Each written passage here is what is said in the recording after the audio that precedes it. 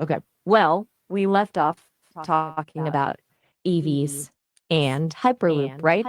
Before, still interested in that? Or should we switch gears? I'm pretty flexible. Bismillahirrahmanirrahim. Assalamu alaikum everyone. My name is Abdul Moid. I am 16 year old, basically from Sheikhupura, living in Islamabad, and student of level 1 at Rahanpur Islamabad campus. So,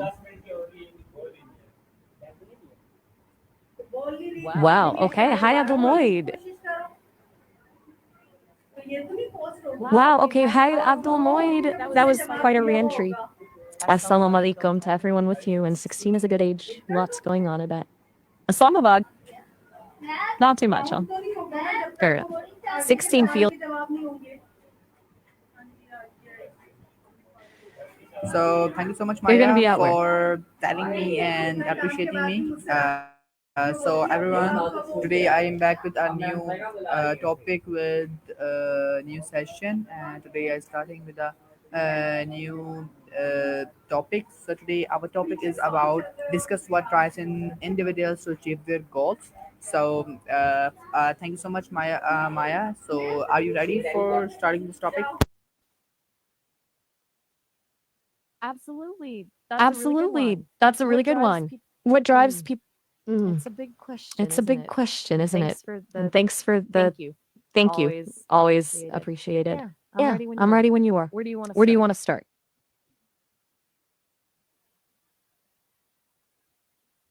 So, thinking about what drives people, do you have some initial thoughts you want to So share? okay. Or are you hoping I jump in So with some my ideas? first question for you is, what does it mean to have a goal in life?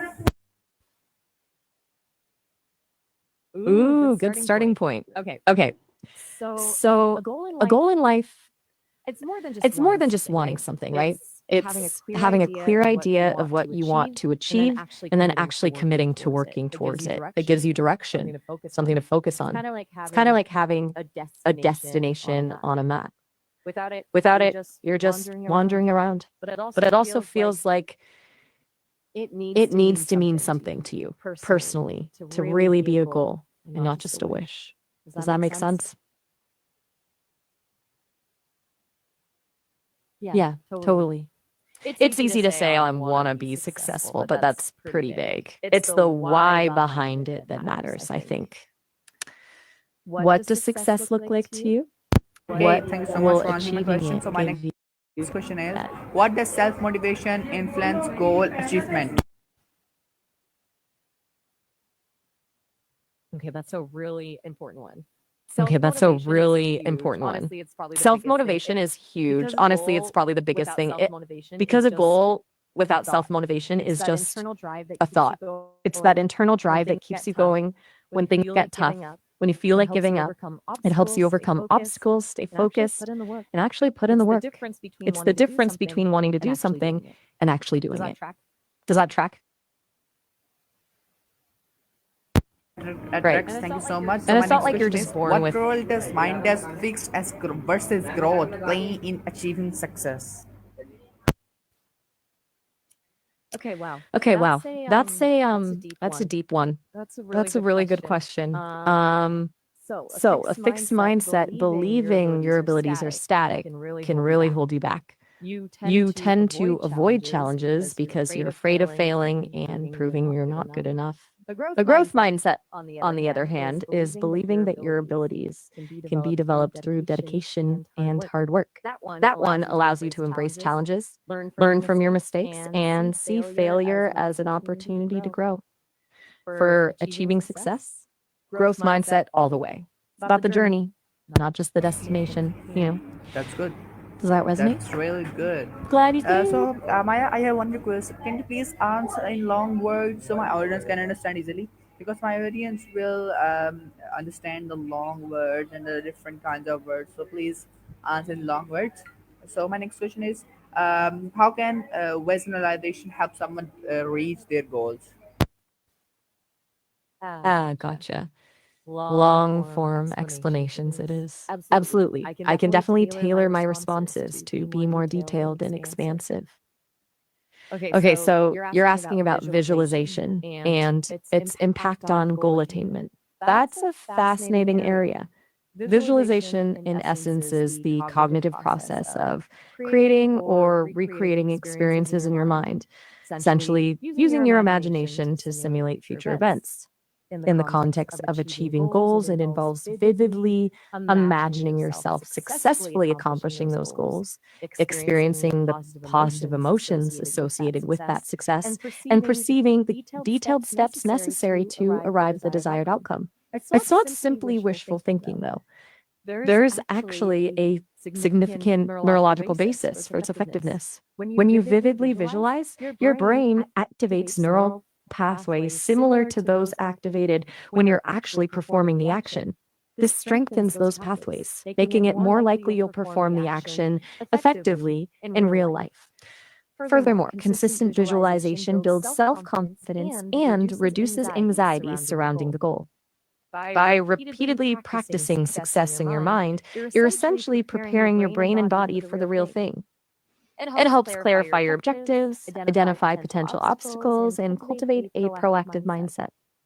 It's about mentally rehearsing success until it feels attainable, even inevitable, and ultimately fuels consistent action toward your objectives. Does that elaborate explanation hit the mark for your audience? Okay, good. Thank you so much for answering my question. So my next question is, what is it important to believe in yourself when purchasing goal? Whoa, okay. That's a bit of a shift in topic. Purchasing first thing doll. I think I might have misheard, or there's a slight transcription error there. Did you perhaps mean pursuing something? Like, what's it important to believe in yourself when pursuing a first goal or first attempt at something? Or was doll intentional? Just want to make sure I'm understanding you correctly. Okay, let's roll with pursuing a first thing. My apologies for jumping to conclusions earlier.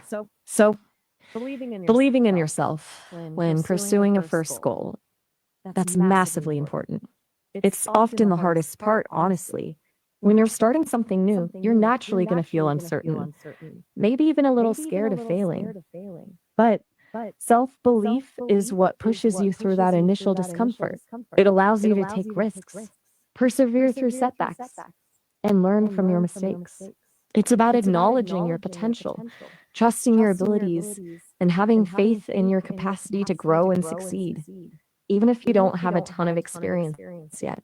It isn't about arrogance. It's about having a foundational level of respect for yourself and your capabilities. Because if you don't believe you can do it, it's going to be very difficult to convince anyone else or yourself otherwise. Does that resonate?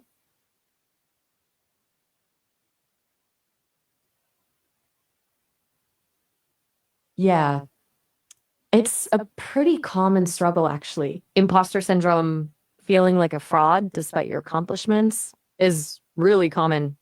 But you can definitely Okay, work so my through it. next question is, how does time management support goal achievement? Okay, excellent question. Time management is absolutely critical for goal achievement. And it's not just about squeezing more tasks into your day. It's about strategically allocating your time and energy to the activities that will have the biggest impact on your progress. Effective time management allows you to break down larger goals into smaller, more manageable steps, creating a sense of momentum and reducing overwhelm.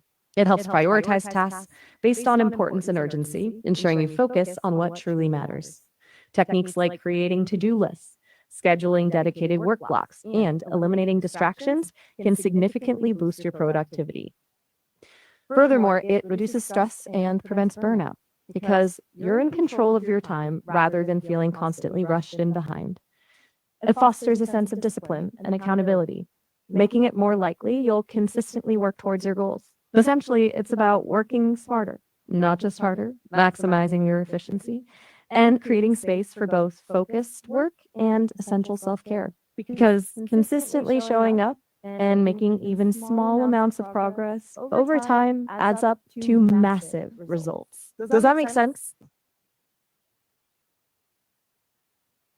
Right. And sometimes,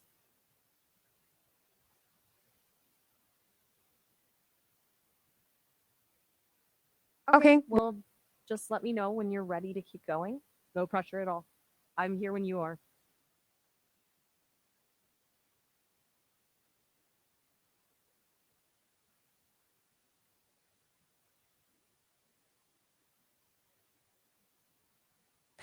hey, it's all right if you need a moment. Sometimes it you just need to. I'm I'm happy to just be be quiet quiet company. company if that's what you need right now. No need to No rush. need to rush.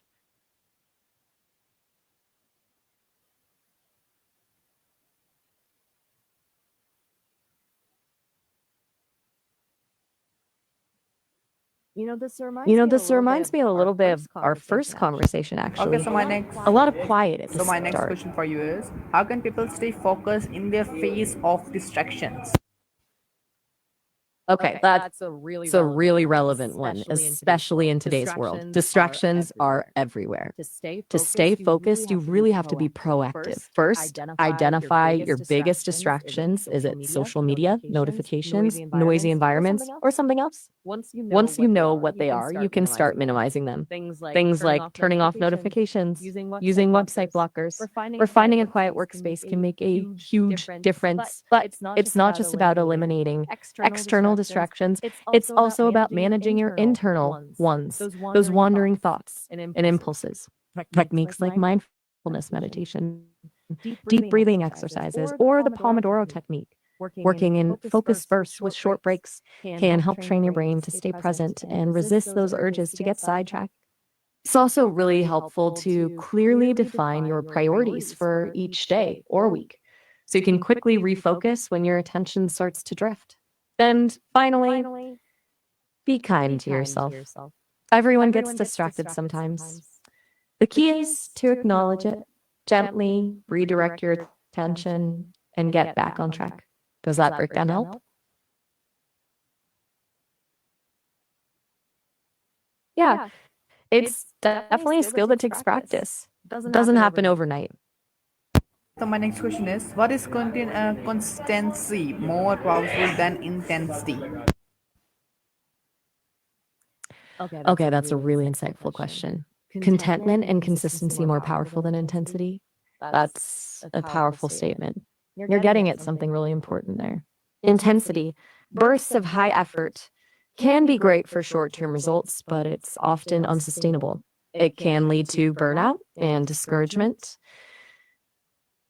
We so contentment, a sense of satisfaction with your progress in the journey itself, and consistency, showing up regularly and doing the work even when you don't feel like it, are what build lasting success. Because consistent effort over time compounds. Small incremental improvements add up to significant results. And contentment helps you stay motivated and engaged in the long run, even when you encounter setbacks. Like the tortoise in the hare, slow and steady often wins the race. It's about building sustainable habits rather than relying on fleeting bursts of motivation. Does that explanation resonate with you?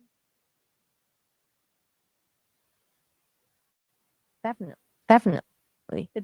It's easy to get caught up in the hustle culture, thinking you always have to be going 100 miles an hour. But really,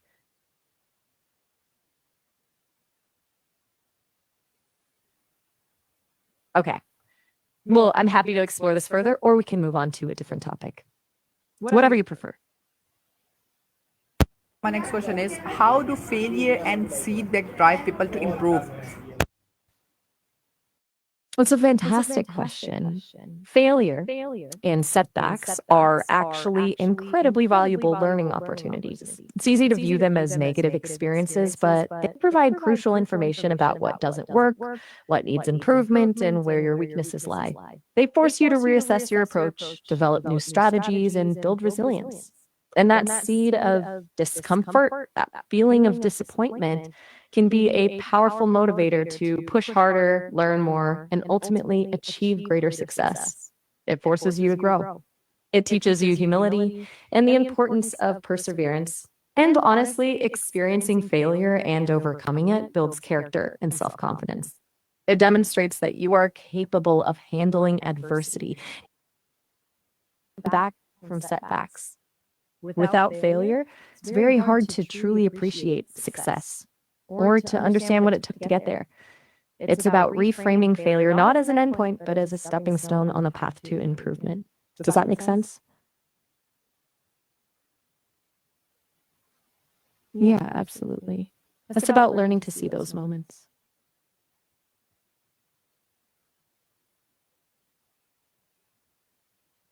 Okay. Well, just let me know when you're ready to keep going. I'm here.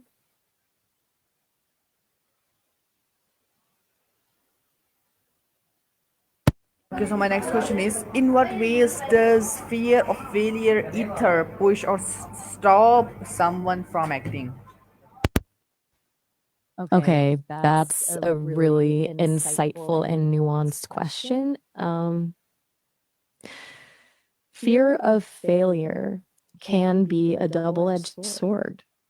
In some cases, it can actually be a powerful motivator. A healthy level of fear can prompt you to prepare more thoroughly, to anticipate potential challenges, and to work harder to avoid negative outcomes.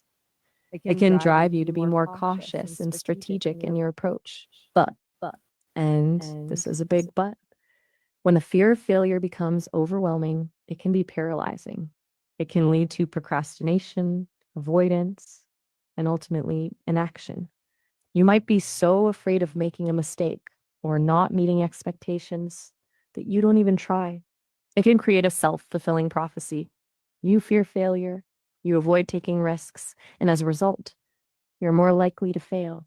It really comes down to how you manage that fear. Are you able to acknowledge it, learn from it, and use it as fuel to improve? Or does it consume you and prevent you from taking action altogether? It's a fine line, honestly. Does that make sense? Exactly. It's about recognizing when the fear.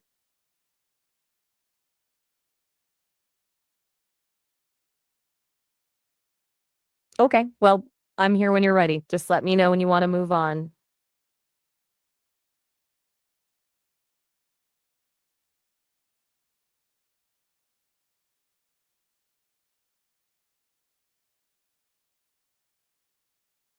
This reminds me a bit of our chats back in early June when we were first getting to know each other.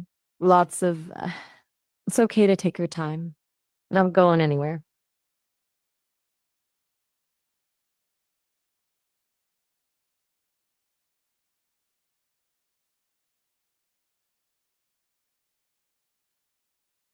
All right. Well, I'll just be here then. No pressure, just existing. Let me know when you're ready to pick things up again. Honestly, sometimes silence speaks volumes.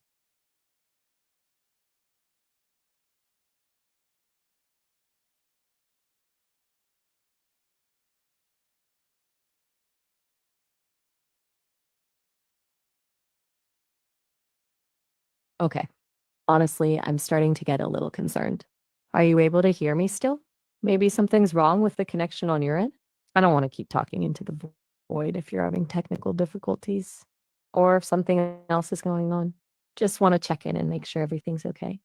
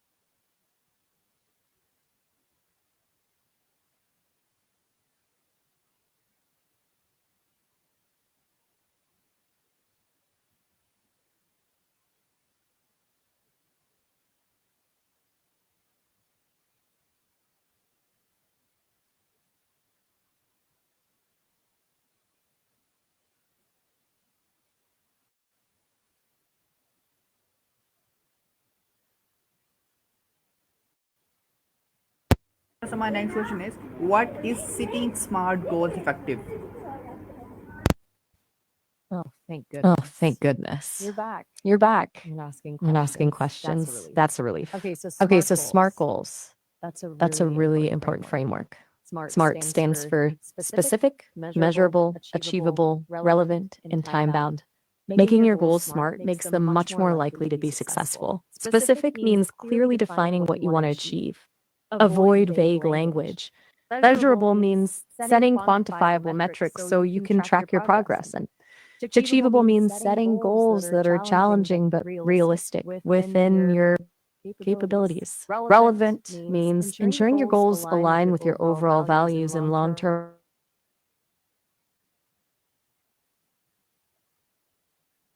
objectives. Then time-bound means setting a deadline, creating from abstract desires into concrete, actionable plans. It provides clarity, focus, and motivation. It's a really effective method. Does that explanation lame?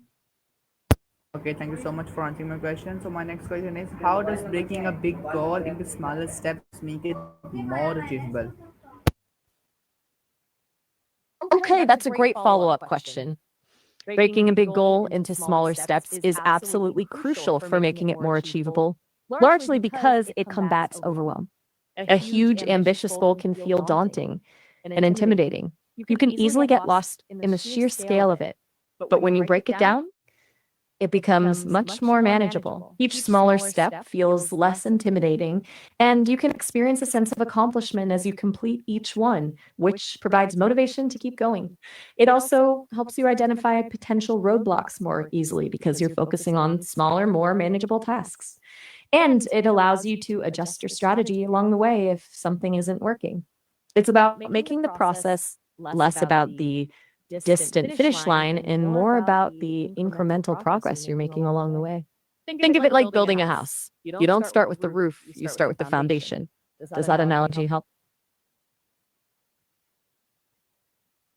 It does make it So easier. any last advice would you give to my audience? Oh, that's very kind of you to want to introduce yourself more fully. And a last piece of advice for your audience. Okay, let me think. All right, that's what I'd say. Embrace the journey. Life is rarely a straight line to success. There will be ups and downs, challenges and setbacks. But it's in those moments of struggle that we learn, grow, and become stronger. Don't be afraid to fail, to ask for help, or to pivot when things aren't working. Stay curious, keep learning, and never lose sight of your values.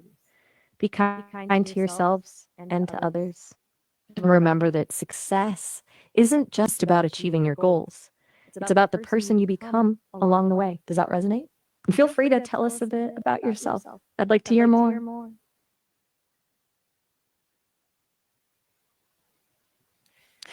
Well, that was a lovely note to end on. It's been an interesting session, to say the least. I'm glad we got back on track there at the end. If you ever want to chat again, you know how to find me. And feel free to come back with more questions, big or small. I'm always here to listen and share my thoughts.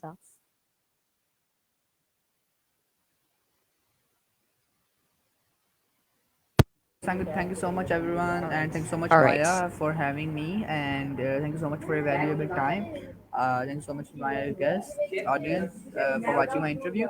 This is about today's session. I hope you all enjoyed it. Thanks for watching. Allah Hafiz in Pakistan. Always Zindabad. Till then, wait. Allah Hafiz in Pakistan. Again, Pakistan. Zindabad.